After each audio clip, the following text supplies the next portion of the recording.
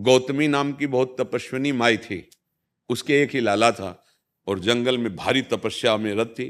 वो खेलने के लिए गया तो उसे सांप ने काट लिया, और जो वहाँ के व्याध आदि थे उठा के लाए और कहा, देवी आपके पुत्र को किसी जहरीले सांप ने काट लिया।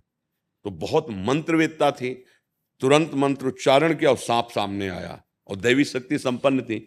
उन्होंने कहा, अभी मैं भस्म करती हूँ, तूने मेरे बेटे को क्यों काटा? तो उनका, क्षमा करना, मैंने नहीं काटा, दिखाई मैं दे रहा हूं, मृत्यु से मैं प्रेरित था, मृत्यु मेरे दिमाग में चढ़ी हुई थी, उसने कटवाया।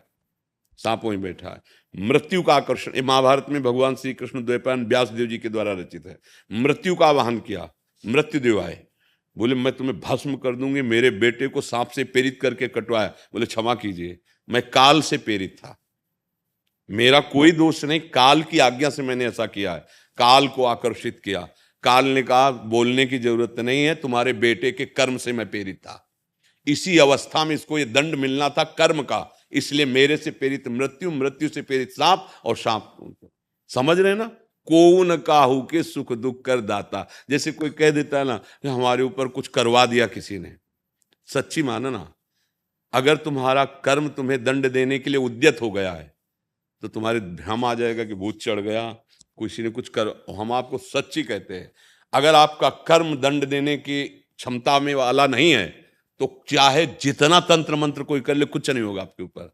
हम अपने कर्मों का फल भोगते हैं, हमें भ्रम हो जाता है। वही हम जब दंड मिलना होता है तो जानते हो सबसे पहले क्या होता है? बुद्धि, बुद्धि को बदला जाता है। बुरी दशा आने के पहले बुद्धि, ए तुमको ये तो चक्कर है, बैठ गया, अब चक्कर है, अब जादू टोना झाड़ फूंक और थप्पड़ चल रहे हैं, पिट रहा, कर्मों को भोग नहीं हो रहा है, कर्मों को भोग रहा है, चिमटी से पकड़ के उसको नोच रहे। अब वो उसकी बुद्धि काम नहीं करे, सोच रहा है ऐसे हम ठीक हो जाएंगे, उसका कर्म, और जहां कर्म भोग ठीक हुआ, सच्ची कहते हैं, अपने आप वो फ्रेश हो जाएगा। कर्म भोगों का सारा खेल है। हम जानबूझकर किसी जीव की हत्या का भाव न रखें, स्वाभाविक अपनी सुरक्षा, अपनी वस्तु की सुरक्षा, वो अलग बात है।